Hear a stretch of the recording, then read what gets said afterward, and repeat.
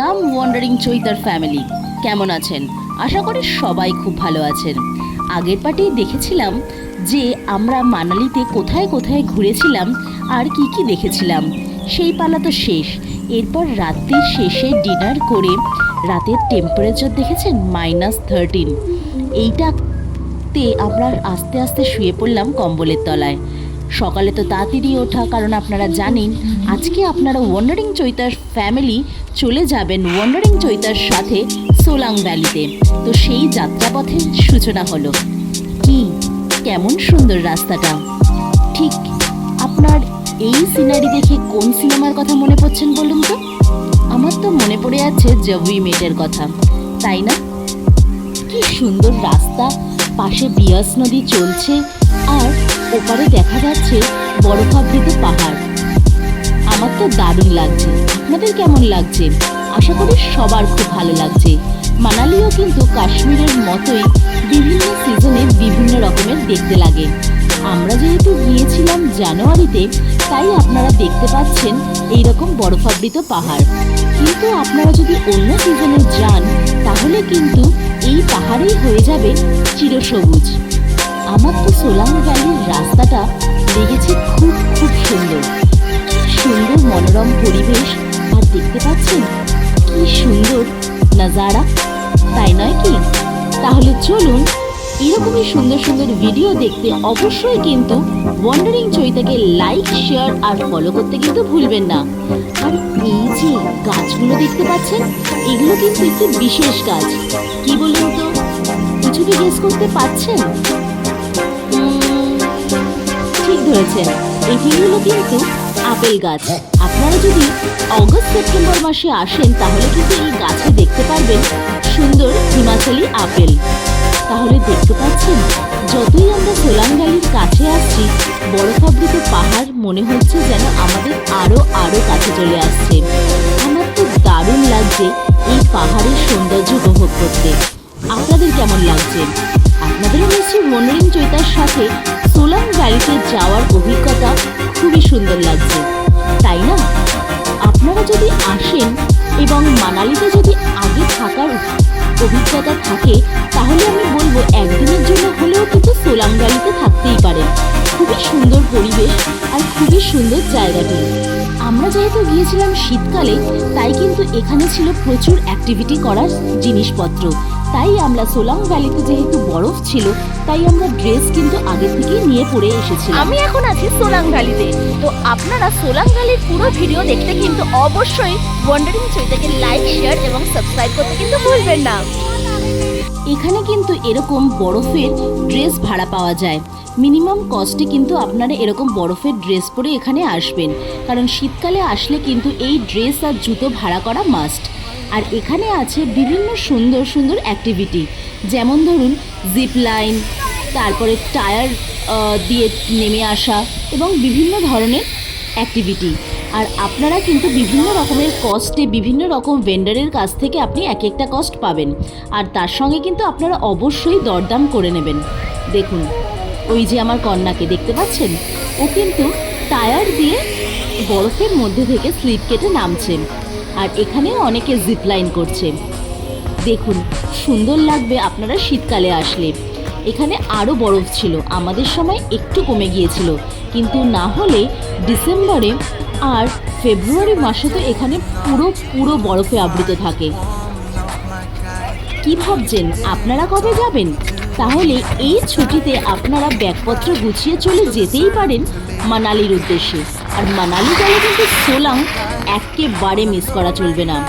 Wandering চৈতার সাথে আছেন আর history জানবেন না তা কী করে হয়? তাহলে চলুন সোলাং ভ্যালি সম্বন্ধে কিছু তথ্য জেনে নেওয়া যাক। সোলাং শব্দের অর্থ কি জানেন? সোলাং শব্দের অর্থ হলো নিকটবর্তী গ্রাম এবং তার জলধারা। ভারতের হিমাচল প্রদেশের কুলু মানালিতে এই সোলাং ভ্যালি অবস্থিত, যেটি কিনা শীতকালীন খেলার জন্য এবং গ্রীষ্মকালীন গতিবিধির জন্য মানা যাতা হয়। মানালি থেকে সোলাং যেতে মোটামুটি আপনাদের 1 ঘন্টার মতো টাইম লাগবে। আর আপনারা একটু তাড়াতাড়ি বেরোবেন, কারণ সোলাংয়ে যেতে কিন্তু অনেকটা ট্রাফিক জ্যামে না হলে আপনারা পড়বেন। দেখতে পাচ্ছেন আমি কিন্তু স্কি শেখার চেষ্টা করছি, কিন্তু মনে হয় না খুব ভালো স্কি আমি শিখতে পেরেছি, কারণ সময় কিন্তু খুবই কম আর এটা হলো ফান অ্যাক্টিভিটি। তাই প্রচুরবার পড়েছি, কিন্তু মজা এসেছে প্রচুর। তাই আপনারাও যদি শীতকালে যান তাহলে অবশ্যই কিন্তু এই অ্যাক্টিভিটিগুলো করতে ভুলবেন না। মানালিতে এসেছেন অথচ সোলাং ভ্যালিতে যাননি, এরকম লোকের সংখ্যা কিন্তু খুবই কম, কারণ সোলাং ভ্যালির নিজস্ব একটা সৌন্দর্য আছে। আর পুরো পাহাড়ের মাঝখানে আর বরফাবৃত পাহাড় দেখতে দেখতে যদি এই সৌন্দর্য উপভোগ করা যায় তাহলে কেমন হয়, তাই নয় কি? দেখতে পাচ্ছেন আমার স্কি স্কেল একটু একটু পেরেছি, আবার অনেকটাই পারিনি। আপনারাও কিন্তু এইভাবে মজা করতে পারেন সারাদিন সোলাং ভ্যালিতে। আর এত সুন্দর প্রাকৃতিক পরিবেশে এসেছি আর ছবি তুলব না তা কী করে হয়? আর ওয়ান্ডারিং চৈতাস মানেই সুন্দর সুন্দর ছবি আর সুন্দর সুন্দর প্রাকৃতিক দৃশ্য, আর তার সাথে হলো ভারতের ইতিহাস জানার সুযোগ। কিন্তু আমার কন্যা কিন্তু খুব সুন্দরভাবে স্কি করছিল, আর স্কিটা প্রায় সুন্দরভাবে শিখেও গেছিল। আর ওর জন্যই আমাদের প্রায় সারাটা দিনই সোলাংয়ে থেকে যেতে হয়েছিল, আর তাই জন্য আমরা কিন্তু রোথাং পাস যেতে পারিনি। দেখতে পাচ্ছেন এত বরফ দেখে আমরা 3 জনেই হয়ে গিয়েছিলাম প্রচণ্ড অভিভূত। তাই বরফ নিয়ে খেলতে খেলতে আমাদেরও কিন্তু হয়ে গিয়েছিল ভীষণ দেরি। আর বরফ নিয়ে খেলতে কারই বা ভালো লাগে না বলুন তো? বরফে যাওয়া কজনের আর হয়, আর সেটি যদি হয় কয়েক ঘন্টার জন্য তাহলে তো কথাই নেই। মনে হয় সারা বছরের ক্লান্তি ভুলে আমরা বরফেই থেকে যাই আর বরফ নিয়েই খেলা করি, তাই নয় কি? আর নিচ থেকে খুব সুন্দরভাবে বয়ে যাচ্ছে বিয়াস নদী। দেখতে পাচ্ছেন? দেখুন স্কি করার চেষ্টা করছে আর খুব সুন্দরভাবে কিন্তু করছে। একটু একটু পড়ে গিয়েছিল, আর না পড়লে তো মজাই হবে না, তাই না? নতুন কিছু শিখতে গেলে আগে তো পড়তেই হবে, তাই নয় কি? আপনারা কি বলেন? তাহলে কিন্তু এত সুন্দর সুন্দর ভিডিও পেতে, এত সুন্দর সুন্দর হিস্ট্রি জানতে অবশ্যই কিন্তু আপনারা ওয়ান্ডারিং চৈতাকে লাইক, শেয়ার এবং সাবস্ক্রাইব করতে ভুলবেন না। আর পাহাড়ে এসেছি আর এই ঠান্ডা ওয়েদারে ম্যাগি খাবো না তা কী করে হয়? আমরা এখন আছি সোলাং ভ্যালিতে। আমরা জিপ লাইন করার জন্য কিন্তু লাইনে আছি। লাইন দেখতেই পাচ্ছেন কতটা বড় আছে। বরফ একটু হলেও কমেছে, কিন্তু নিচে অনেকগুলি বরফ আছে। তাহলে জিপ লাইনটা কীভাবে হচ্ছে দেখাতে অবশ্যই কিন্তু আমার সঙ্গে থাকতে হবে। চলুন তাহলে জিপ লাইনের দিকে এগোনো যাক। আমি কিন্তু প্রথমবার জিপ লাইন করলাম, কিন্তু পুরো সেফটির সঙ্গে এখানে কিন্তু জিপলাইন করানো হয়। আর এই যে এরকম স্ক্রিনে দেখতে পাচ্ছেন, এইটির জন্য কিন্তু আলাদা টাকা দিতে হবে এনাদের কাছে, তাহলেই এনারা একটা ভিডিও ক্যামেরা দেবেন এখানে লাগানোর জন্য, যাতে আপনার পুরো অ্যাডভেঞ্চার জিপলাইনটা রেকর্ডেড হয়ে থাকে। দেখতে পাচ্ছেন নিচে কি সুন্দর দৃশ্য, তাই নয় কি? মনে হয় সারাটা দিন যেন এখানে বসে থাকি আর গরম চায়ে চুমুক দিতে দিতে রবীন্দ্রনাথের কবিতা পড়ি। এতটাই সুন্দর এর প্রাকৃতিক পরিবেশ। তবে আমরা কিন্তু সোলাংয়ে ছিলাম না, তাই আপনারা যদি সোলাংয়ে থাকতে চান তাহলে অবশ্যই আগের থেকে বুক করে যাবেন, আর মেক মাই ট্রিপ বা যে কোনো রিনাউন্ড ওয়েবসাইট থেকে আর বিভিন্ন রকমের রেটিং দেখে তবেই কিন্তু বুক করবেন, কারণ পাহাড়ি অঞ্চলে কিন্তু স্ক্যাম হওয়ার বিভিন্ন ধরনের চান্সেস থাকে। তাই আপনারা অবশ্যই রেটিং দেখে তবেই হোটেল বুক করবেন। আর যেখানেই যাবেন না কিন্তু আপনারা কিন্তু অবশ্যই দরদাম করতে ভুলবেন না, কারণ প্রত্যেকটি পাহাড়ি এলাকাতেই আমি দেখেছি প্রচণ্ড পরিমাণে দরদাম হয়, আর যে ভালো দরদাম করতে পারে আলটিমেটলি তারাই কিন্তু জেতে। তাহলে ওয়ান্ডারিং চৈতার এই ছোট্ট টিপস আপনাদের আশা করি প্রচণ্ড কাজে লাগবে। তাই আপনারা সোলাং ভ্যালি থেকে আর কোথায় কোথায় গেছেন আমাকে কিন্তু জানাতে ভুলবেন না। আমাদের ট্রিপ ছিল 2 রাত 3 দিনের, তাই আমরা শুধুমাত্র মানালি সাইট সিন আর সোলাংয়েই গিয়েছিলাম। অটল টানেল বা রোথাং পাস আমরা যাইনি। নেক্সট টাইম যখন যাব অবশ্যই আপনাদের সঙ্গে শেয়ার করব রোথাং পাস আর অটল টানেল সম্পর্কে, কারণ সেখানে যাওয়ার কিন্তু আমাদেরও প্রচণ্ড ইচ্ছা ছিল, কিন্তু সময় আমাদের সে সাথ দেয়নি। সময় ছিল অল্প, আর আমরা পড়ে গিয়েছিলাম প্রচণ্ড জ্যামে, তাই সেখানে যাওয়ার সাহস আমাদের হয়নি, কারণ সেখানে ছিল পুরো বরফ। যদি আটকে যেতাম তাহলে কিন্তু বাড়ি ফিরতে অনেকটাই দেরি হয়ে যেত।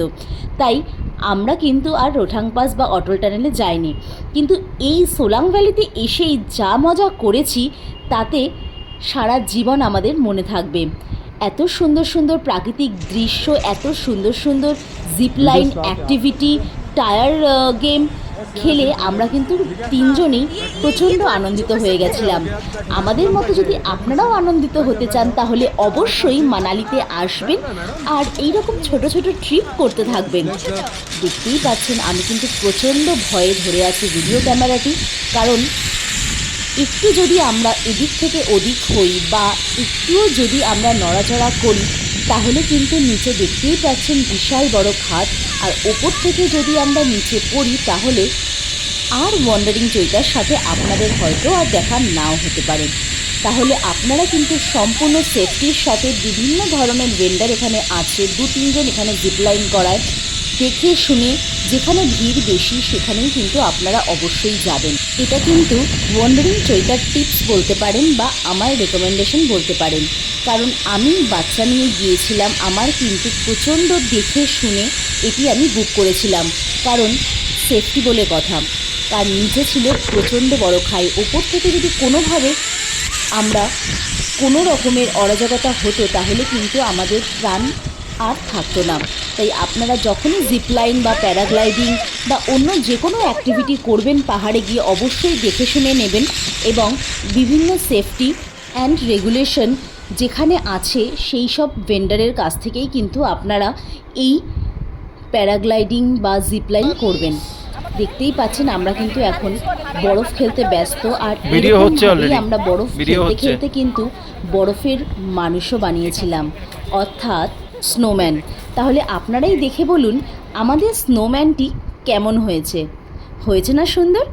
তাহলে কিন্তু অবশ্যই আমাকে কমেন্ট করবেন আপনাদের কেমন লাগলো আমাদের মানালি ট্রিপ আর আমাদের সোলাং ভ্যালি ট্রিপ। আপনারা নিশ্চয়ই আমাকে দেখে একটু একটু যেতে ইচ্ছা করছে মানালিতে, তাহলে অবশ্যই কিন্তু নেক্সট টাইম এই সময় কিন্তু আপনারা চলে যাবেন মানালি ট্রিপ করতে। মানালির সাথে অবশ্যই সিমলা, কুলু, মানালি করে আসবেন। আর আমাদের যেহেতু দিল্লি থেকে খুবই কাছে, তাই আমরা ওভারনাইট বাস জার্নি করে গিয়েছিলাম মানালিতে। আর বাস ফেয়ার, বাসের ভাড়া, হোটেল সমস্ত কিছুই আমি বলে দিয়েছিলাম আমার আগের ব্লগে।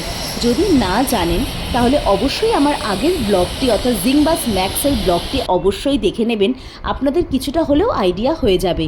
যদি আপনারা ডিরেক্ট কিছু না পান ট্রান্সপোর্ট, তাহলে অবশ্যই আপনারা ভায়া দিল্লি হয়ে যেতে পারেন ওভারনাইট জার্নি করে। মানালিতে কিন্তু বাস জার্নি আছে, আর বাস জার্নিতে কোনো স্লিপার নেই, এটা কিন্তু সমস্ত বাসই মানালির উদ্দেশ্যে যায় সেমি স্লিপার বাস। তাহলে আপনারা কবে আসছেন মানালিতে?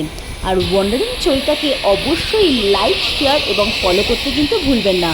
আর ওয়ান্ডারিং চৈতার সাথে আপনাদের ঘুরতে কেমন লাগছে আমাকে জানাতে কিন্তু ভুলবেন না। এরপরে অবশ্যই আসছে অন্য একটি ব্লগে, যেখানে কিন্তু আছে শুধুমাত্রই জ্যোতির্লিঙ্গের দর্শন। তাহলে আপনারা ওয়েট করুন আমার নেক্সট ব্লগের জন্য, আমার নেক্সট ইটারনিটির জন্য, আর কিভাবে সেই জ্যোতির্লিঙ্গে আপনারা পৌঁছাবেন তা জানার জন্য।